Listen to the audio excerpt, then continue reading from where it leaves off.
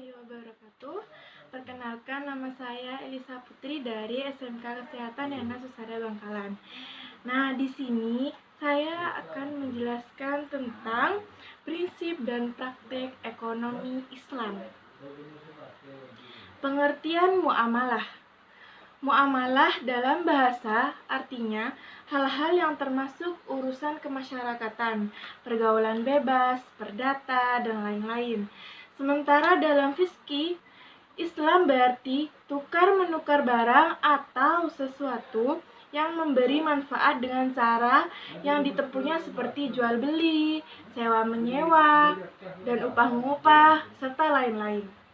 Dalam melakukan transaksi, Islam melarang melakukan hal-hal sebagai berikut. Tidak boleh menggunakan cara yang batil.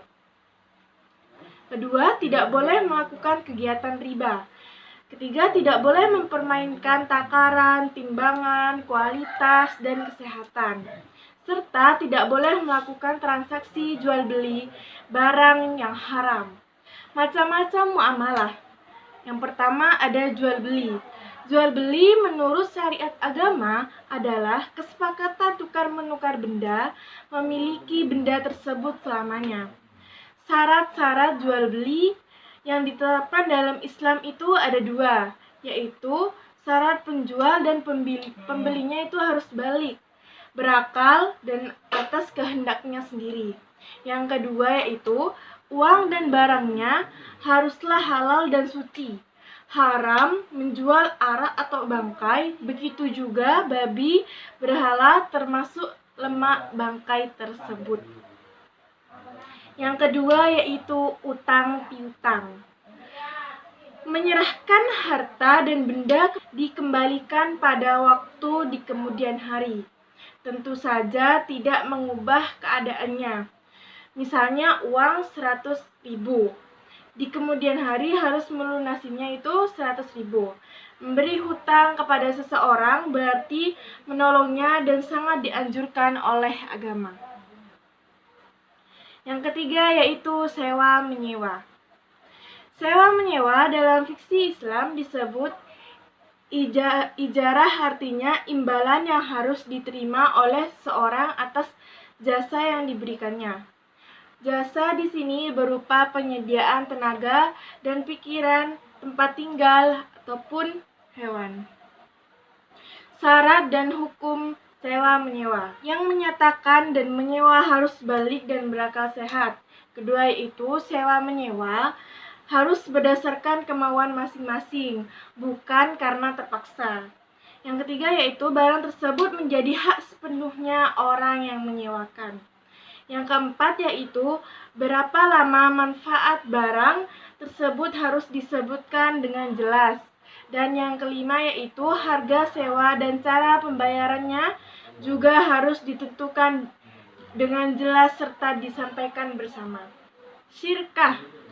Secara bahasa, kata syirkah perseorangan berarti mencampurkan dua bagian atau lebih sehingga tidak dapat lagi dibedakan antara bagian yang satu dengan bagian yang lainnya.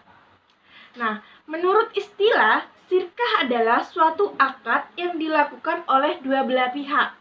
Nah, yang bersepakat untuk melakukan suatu usaha. Tujuannya memperoleh keuntungan rukun dan syariat Islam. Rukun dan syariat syirkah ada tiga, yaitu dua belah pihak yang berakad atau yang disebut dengan akidani. Syarat orang yang melakukan akad adalah harus memiliki kecakapan ahliyah melakukan pengelolaan harta. Yang kedua yaitu objek akad yang disebut juga ma'qud alaihi, mencakup pekerjaan atau modal. Nah, adapun syarat harus halal dan diperoleh oleh agama. Yang ketiga yaitu akad atau yang disebut dengan istilah sajad. Adapun syarat dan syah akad harus berupa tasarruf, yaitu adanya aktivitas pengolahan. Perbankan. Bank adalah sebuah lembaga keuangan yang bergerak dalam menghimpun dana masyarakat dan disalurkan kembali dengan menggunakan sistem bunga.